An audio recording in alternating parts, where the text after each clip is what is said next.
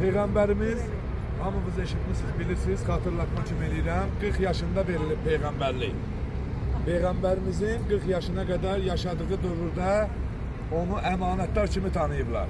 Yəni, xarici səfərlərə ticarətlə bağlı, başqa şeylərlə bağlı gedəndə əmanətlərini verərmişlər Peyğəmbərə, Peyğəmbərimiz onu saxlayarmış.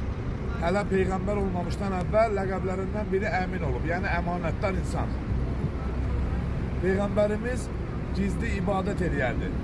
İndi namaz qılardı, qılmazdı, alimlərin fikir fərqliliyi var, fikir ayrılığı var, amma hər halda ibadətin hansısa növü ilə məşğul olurdu. Dua mı deyək, namaz mı deyək, hər nə. Peyğəmbərliyə qədər. Gizlin gələrdi Nur dağına. Cəbələn Nur, Nur dağı. Gizlin gələrdi o dağa, çıxardı orada bir hündür, çıx ki çıxasan. Bir mağara var, adına Hira mağarası deyirlər. Nur dağında yuxarıda yerləşən Hira mağarası. Gizli ibadət edərdi. Yerini bilərdi bir neçə nəfər. Daha doğrusu özündən başqa 2 nəfər. Bir, həyat yoldaşı xanım Xədicə-i Kübra, xanım Zəhranın anası və Peyğəmbərin həyat yoldaşı. Digəri də körpəliyində yanında bəzən də gətirərdi. Həzrəti İmam Əli əleyhissalam.